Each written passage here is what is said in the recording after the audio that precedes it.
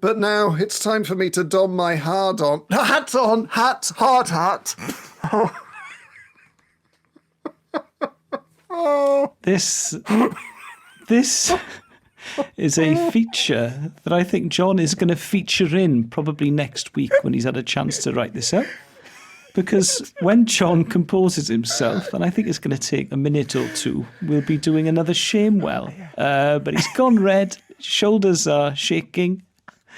He's shaking his head now, looking out the window. I was trying to say... He's messed up. That's don fine. my hard hat, and then that Alan Partridge line came into my head for some reason. Do you know what? And I got confused. It's not his mistake to make, and we do apologise if anyone misconstrued what John said. Hard hat. Yes, or if anyone was uncontrollably aroused. It's now time for me to put my hard hat on and venture down the shame well. What was I thinking? Why did I say he had nice ankles? She was stood behind me the whole time. I didn't know he's only got one hand. I was signed in on her Gmail. John's Shame Well. Folks, it's John Robbins here from the base of the well.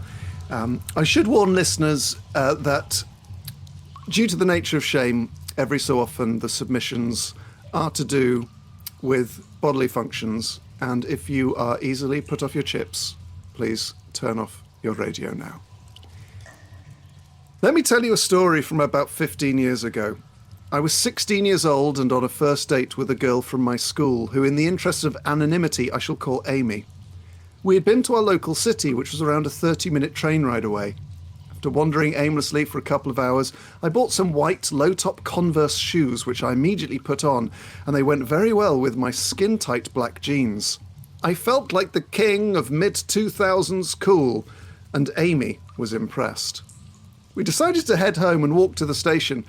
I noticed a seemingly innocent tummy rumble, but with only 5 minutes until the train departing, I decided against a visit to the loo, but would make it my first job on the train. We took our seats, and opposite us were a mother and her teenage son. Soon after setting off, another seemingly innocent rumble, and I made my excuses and left for the loo. It was a couple of carriages down. On arriving, the door was shut, and the out-of-order light was on. No bother, I thought. I headed off to the next one down the train.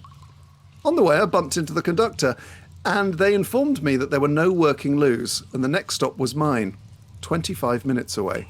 Oh. I headed back to my seat and continued the first date chats, but with a growing sense of unease. My tummy rumbles were now frequent, loud and uncomfortable. Every minute or so, I began getting cramps, quite bad ones, and began to panic. I needed to toilet, and I needed to now. I started planning. How and where can I do this? Out of the window? Don't be stupid. Is there a bin? You can't toilet in a bin on a date, you thicko. I concluded that I had to just hold it in. Time travels slowly when you need a special toilet on a first date with no access to a loo. What seemed like an eternity travels by, but there are only 5 minutes past. The cramps are constant now, and to alleviate my discomfort, I leant ever so slightly to the right. Disaster. My skinny jeans filled with toilet. Somehow finding a way out of the top of my jeans, and a smell now filled the train. There is even a trickle of toilet down my left leg and onto my brand new white Converse. Oh my God. What has that boy done? Shouts the teenager opposite. Looking rightly disgusted, teenager and mum leave for safer seats. That left Amy and I sat together. Worse than the stench of my release was the stench of shame. Oh my Lord. To her credit, she stayed for the rest of the journey. Wow. And whilst we sat in silence, she said goodbye as she left, and we, unsurprisingly, never saw each other outside the school gates again. Pulling into the station, I called my mum to pick me up. I'd planned on getting a bus. And after a journey home, she hosed me down in the garden. I was then safely ensconced in my room and considered shame in my bedroom with the curtains closed. And to her credit, I don't think Amy ever told anyone about it. In my remaining few months of year 11, no one ever mentioned it. Please, John, rid me of this shame. Mate. It's just a body. It's the worst thing that could ever possibly happen. It is. And I don't know how you get over that. I think Personally, I would have just forced my way into the locked toilet, if there was such a way, or said to the conductor, "Okay, I'm giving you an ultimatum." But at least no one found out, and I'm so sorry. Oh, God.